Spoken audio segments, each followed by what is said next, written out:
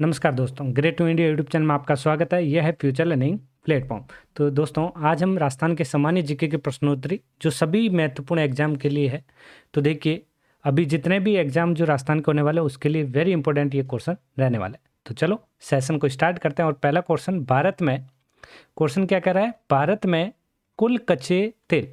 तो ध्यान रखें दोस्तों, यहाँ पे जो क्वेश्चन पूछा गया है, क्या पूछा है कि भाई कच्चे तेल के उत्पादन में राजस्थान का योगदान लगभग कितना प्रतिशत है। तो यहाँ पे ध्यान रखें दोस्तों, लगभग ये जो योगदान है वो 22 से 23% है। सही आंसर क्या रहेगा यहाँ पे, सी ऑप्शन राइट होगा।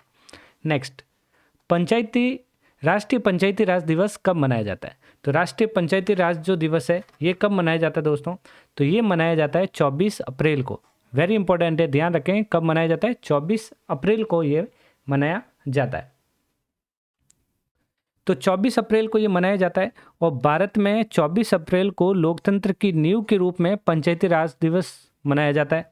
दूसरी चीज़, नागौर जिले के बगदरी गांव में 2 अक्टूबर 1959 को पंचायती राज व्यवस्था लागू की गई थी। ये वेरी इंपॉर्टेंट पॉइंट यहाँ पे आपको ध्यान रखना है दोस्तों, वेरी इंपॉर्टेंट पॉइंट है, ये ध्यान रखना है। देखिए नेक्स्ट क्वेश्चन क्या कह रहा है कि 1733 ईस्वी में जिज मोहम्मद शाही पुस्तक जो नक्षत्रों संबंधी ज्ञान से संबंधित है उसके लेखक कौन है, यहाँ पे वो पूछा है। तो यहाँ पे ये जो लेखक है वो थे यहाँ पे जयपुर के जो अपने सवाई जयसिंह से। तो यहाँ पे सही ऑप्शन रहेगा, सी ऑप्शन राइट होगा, सी ऑप्शन इसका राइट होगा। तो देखिए यहाँ पे 1725 ईस्वी में सवाई जयसिंह सेकंड ने नक्षत्रों की शुद्ध सारणी जज मोहम्मद शाही बनाई तथा जयपुर से कारिका नामक को ज्योतिष ग्रंथ की रचना की थी। ये भी यहाँ पे ध्यान रखना है। और दूसरी, एक बड़ी जयपुर में एक जो बड़ी वेधशाला है जो जंतर मंतर का निर्माण करा है, जो देश की सबसे बड़ी वेधशाला जो है कौन सी है, यहाँ पे ध्यान रखें, बड़ी वेधशाला जंतर मंतर का निर्माण जो करवाया वो देश की सबसे बड़ी वेधशाला है। ओके, जो कब 1734 ईस्वी में। फिर यहाँ पे पूछा है स्वतंत्रता संग्राम के दौरान निम्न में से कौन सी महिला जेल नहीं गई थी, वो आपको यहाँ पे बताना है। जो जेल नहीं गई, तो यहाँ पे जो जेल नहीं गई थी वो थी यहाँ पे कौन सी दोस्तों, ए रत्ना शास्त्री, कालीबाई, अंजना देवी या नारायणी देवी। तो यहाँ पे सही आंसर क्या रहेगा, सही आंसर होने वाला इसका कालीबाई। तो हम यहाँ पे जो स्वतंत्रता संग्राम के दौरान जो सभी महिलाएं जेल गई थी, कौन कौन, अंजना देवी गई थी, नारायण देवी गई थी और रत्ना शास्त्री गई थी, लेकिन एक कालीबाई जो थी जेल नहीं गई थी। फिर यहाँ कुव्वत उल इस्लाम मस्जिद का निर्माण कराया था। तो कुव्वत उल इस्लाम मस्जिद का निर्माण है ये किसने करवाया था, तो इसका आंसर बिल्कुल ये एज इट इज़ ऐसा क्वेश्चन छप सकता है, ध्यान रखें। तो ये करवाया था कुतुबुद्दीन ऐबक ने। सही आंसर क्या रहेगा इसका, सी रहने वाला दोस्तों। सही आंसर यहाँ पे क्या रहेगा इसका, सी ऑप्शन राइट होगा। तो यहाँ पे कुतुब मीनार परिसर में स्थित कुव्वत उल इस्लाम मस्जिद का निर्माण गुलाम वंश के, ध्यान रखें, गुलाम वंश के पहले शासक कौन, कुतुब उद दीन ऐबक ने 1206 में शुरू करवाया था। इस मस्जिद को बनने में कितने वर्ष, 4 वर्ष का वक्त लगा था। कितने वर्ष, 4 साल लगे थे इस मंदिर को इस मस्जिद को बनाने के लिए। ओके, चलो आगे। ई श्रम पोर्टल का उद्देश्य क्या है, तो देखिए जो ई श्रम है, ई श्रम जो है कार्ड जो होता है, ये पोर्टल का उद्देश्य बताना है। तो इसका उद्देश्य क्या है, तो ध्यान रखें, असंगठित कामगारों का एक राष्ट्रीय डेटाबेस बनाना जो है ई श्रम का उद्देश्य है। ओके, फिर यहाँ पे हमारी बात हुई थी इंदिरा आवास योजना के अंतर्गत लाभार्थी कितने रुपए में भोजन प्राप्त करते हैं। तो ये जो भोजन प्राप्त करते हैं कितने, 8 रुपये। इसके बारे में वेरी इंपॉर्टेंट पॉइंट यहाँ पे ध्यान रखना है। ये राजस्थान के मुख्यमंत्री अशोक गहलोत जी ने कोई भी भूखा ना सोए, क्या लिखा हुआ है यहाँ पे, ध्यान रखें, कोई भी भूखा ना सोए, इस संकल्प को साकार करने हेतु 2 वक्त का खाना खिलाने के लिए राजस्थान इंदिरा रसोई योजना को शुरुआत की थी। तो राजस्थान की इंदिरा रसोई की शुरुआत कोई भी भूखा ना सोए उसके लिए। दूसरी बात, इस योजना के माध्यम से राजस्थान में गरीब लोगों को 8 रुपये में एक वक्त का ताज़ा और पौष्टिक खाना सम्मानपूर्वक एक जगह बैठकर खिलाया जाता है। यहाँ पे एक वक्त की थाली में 25 रुपये का खर्च आता है, जिसमें 17 रुपये राज्य सरकार और 8 अभ्यर्थी के लिए लाभार्थी जो होते हैं उसके खाते से, मतलब जो पैसे देते हैं 8 रुपये, इस तरीके से ये करीबन 25 रुपये का खर्चा आता है और 8 रुपये जो होते हैं और लाभार्थी से लिए जाते हैं इंदिरा आवास योजना के तहत। ओके, चलो नेक्स्ट, भावना जाट का संबंध किस खेल से? तो ये भावना जाट जो है ये पैदल चाल किस खेल से? पैदल चाल खेल से संबंधित है। और दूसरी बात ये जाने, भावना जाट का जो जन्म है ये 1 मार्च 1996 को राजस्थान के काबरा गांव में, कहाँ पर हुआ था? काबरा गांव में हुआ था, राजस्थान में। ये एक भारतीय एथलीट जो 20 किलोमीटर पैदल चाल प्रतियोगिता में भाग लेती है। तो भावना जाट 2016 में 10 किलोमीटर के इवेंट में जयपुर में आयोजित, ध्यान रखें, जूनियर नेशनल चैंपियनशिप में क्या जीता था? रजत पदक जीता था इसने। और वॉकिंग दौड़ एथलीट भावना जाट ने राष्ट्रीय पैदल दौड़ चैंपियनशिप में रिकॉर्ड बनाकर ओलंपिक 2020 में ये क्वालिफाई किया था। किसने? भावना जाट ने। क्वेश्चन संख्या 9, जल्दी से बताइए, ये तो आपको सबको पता होना चाहिए। भामाशाह स्वास्थ्य बीमा योजना BSBY का लाभ किस प्रकार के रोगी को मिल सकता है? तो यहाँ पे ध्यान रखें, ये जो रोगी होते हैं जो OPD और IPD, इन दोनों को ये मिलता है। तो यहाँ पे सही ऑप्शन रहेगा सी ऑप्शन। नेक्स्ट क्वेश्चन क्या कह रहा है? निम्न समुदायों में से एक नवजीवन योजना जो दिशा निर्देश 2015 के अनुसार नवजीवन योजना का लाभार्थी जो नहीं है वो बताना है। तो यहाँ पे लाभार्थी कौन? बेड़िया, बाबरिया, यहाँ पे भिस्ती। सही आंसर क्या होगा दोस्तों? सी होगा, भिस्ती जो लाभार्थी में शामिल नहीं है। फिर है, राजस्थान में स्थित निम्न में से औद्योगिक से कौन सा भारत सरकार का उपक्रम नहीं है? यहाँ पे बताइए, जो उपक्रम नहीं है वो बताना है। तो यहाँ पे ये जो दे रखे Sambhar salt limited, modern bakeries India limited Jaipur और सांबर स्लॉट्स लिमिटेड, तो यहाँ पे ये जो ये दे रखा है, यहाँ पे जो डी ऑप्शन जो है सांबर स्लॉट्स लिमिटेड, ये जो है उपक्रम शामिल नहीं है, ये ध्यान रखें। बताइए, नेशनल पंचायती राज किस दिन मनाया जाता है?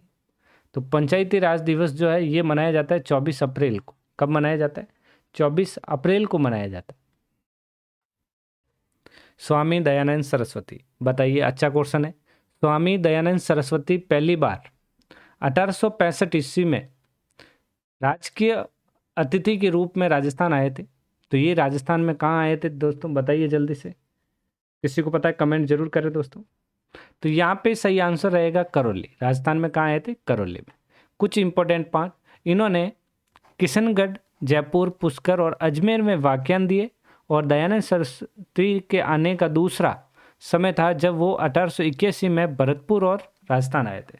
भरतपुर में कहाँ? राजस्थान आए थे, भरतपुर में, ये ध्यान रखें, राजस्थान में भरतपुर में आए थे 1881 में। मत्स्य संघ में कौन सी रियासत शामिल नहीं है? तो ये भी अच्छा क्वेश्चन है। मत्स्य संघ का, राजस्थान का एकीकरण का जो क्वेश्चन होता है ये यहाँ से पूछते हैं, ध्यान रखें। तो यहाँ मत्स्य संघ में कौन सी रियासत जो शामिल नहीं थी तो वो बतानी है, तो वो है सवाई माधोपुर, ये जो शामिल नहीं है।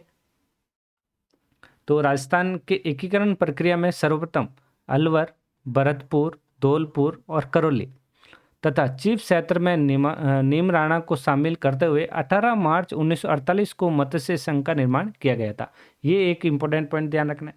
दूसरी चीज, मत्स्य संघ का उद्घाटन NV गाडगिल द्वारा किया गया था और कन्हैयालाल माणकचंद मुंशी की सलाह पर इस संघ का नाम मत्स्य संघ रखा गया था।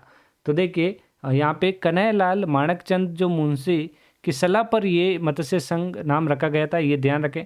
और धौलपुर के उदयभान सिंह को राज प्रमुख और अलवर के शोभाराम कुमावत को प्रधानमंत्री बनाया गया था। दूसरी, अलवर को राजधानी बनाया गया था, ये भी यहाँ पे ध्यान रखें, अलवर को राजधानी भी बनाई गई थी। ओके, तो यहाँ पे जो रियासत जो शामिल नहीं है वो ध्यान रखें, डी सवाई माधोपुर। संत मीराबाई के पति का क्या नाम था? संत मीराबाई के पति का क्या नाम था बताइए दोस्तों। तो यहाँ पे भोजराज नाम था। सही आंसर क्या रहेगा? ए ऑप्शन राइट हो जाएगा, भोजराज।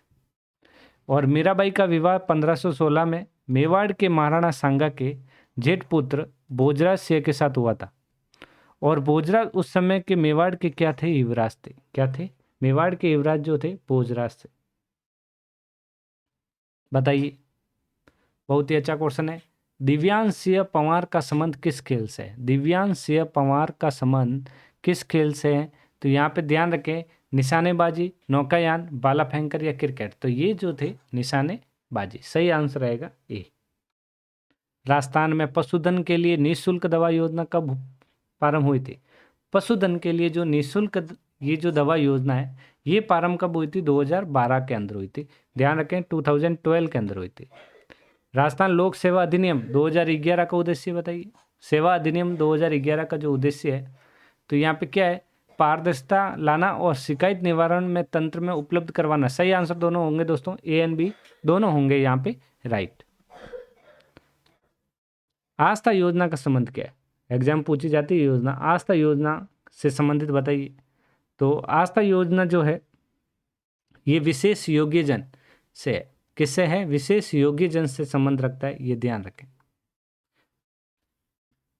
आस्था कार्ड योजना, राजस्थान में कम से कम 40% विकलांगता से पीड़ित प्रत्येक विकलांग व्यक्ति को योजना का लाभ प्रदान किया जा रहा है। चिकित्सा प्राधिकारी द्वारा प्रमाणित होते ही दिव्यांगजन इस योजना के लिए आवेदन कर लाभ उठा सकते हैं, ये ध्यान रखें। कितने? 40% विकलांग जो होता है। राजस्थान में सर्वाधिक वन क्षेत्र, राजस्थान में सर्वाधिक वन क्षेत्र बताइए। तो सर्वाधिक वन क्षेत्र जो है वो है कोटा और बारां जिले में, सही ऑप्शन रहेगा डी। औद्योगिक विकास एवं खनन विकास पर सर्वप्रथम बल किस योजना के अंतर्गत दिया गया? औद्योगिक विकास और खनन विकास पर सर्वप्रथम बल जो है किस योजना के तहत बताइए जल्दी से। तो ये जो योजना थी वो थी तीसरी योजना, जिसे हम बोलते हैं तृतीय पंचवर्षीय योजना। निम्नलिखित में से कौन भारत में राजकोषीय नीति का निर्माण करता है? तो राजकोषीय नीति का जो निर्माण करता है कौन करता है दोस्तों बताइए 22वें का जल्दी से। तो ये करता है वित्त मंत्रालय। सही ऑप्शन क्या रहेगा? सी ऑप्शन राइट होगा, वित्त मंत्रालय। और भारत में राजकोषीय नीति वित्त मंत्रालय द्वारा अपने बजट प्रस्तावों के माध्यम से तैयार किया जाता है। ध्यान रखें किसके माध्यम से? बजट प्रस्तावों के माध्यम से तैयार की जाती है। निम्नलिखित में से कौन सा कर केवल राज्य सरकार द्वारा लगाया जाता है? देखिए जो स्टेट गवर्नमेंट द्वारा जो कर लगाया जाता है वो संपत्ति पर, भू संपत्ति पर, निगम पर या मनोरंजन कर। तो यहाँ पे 23 का सही आंसर क्या रहेगा बताइए दोस्तों। तो ये लगाता है मनोरंजन कर, सही ऑप्शन रहेगा डी। क्योंकि देखिए मनोरंजन कर केवल राज्य सरकार द्वारा लगाया जाता है। अब इसे भारतीय संविधान के 101वें संशोधन द्वारा वस्तु एवं सेवा कर के अंतर्गत भी शामिल कर दिया गया है। अब यहाँ पे ध्यान रखें वस्तु एवं सेवा कर के अंतर्गत भी इसको शामिल कर दिया गया है 101वें संशोधन में। खसरा और रुबेला अभियान के तहत कितनी आयु तक के बच्चों का टीकाकरण किया जाता है? तो यहाँ पे जो टीकाकरण जो किया जाता है तो ये 9 माह से करीबन 15 वर्ष तक, ये ध्यान रखें। सही आंसर रहेगा 9 नहीं सॉरी ये रहेगा बी ऑप्शन राइट होगा, 9 माह से 15 वर्ष तक के बच्चों का।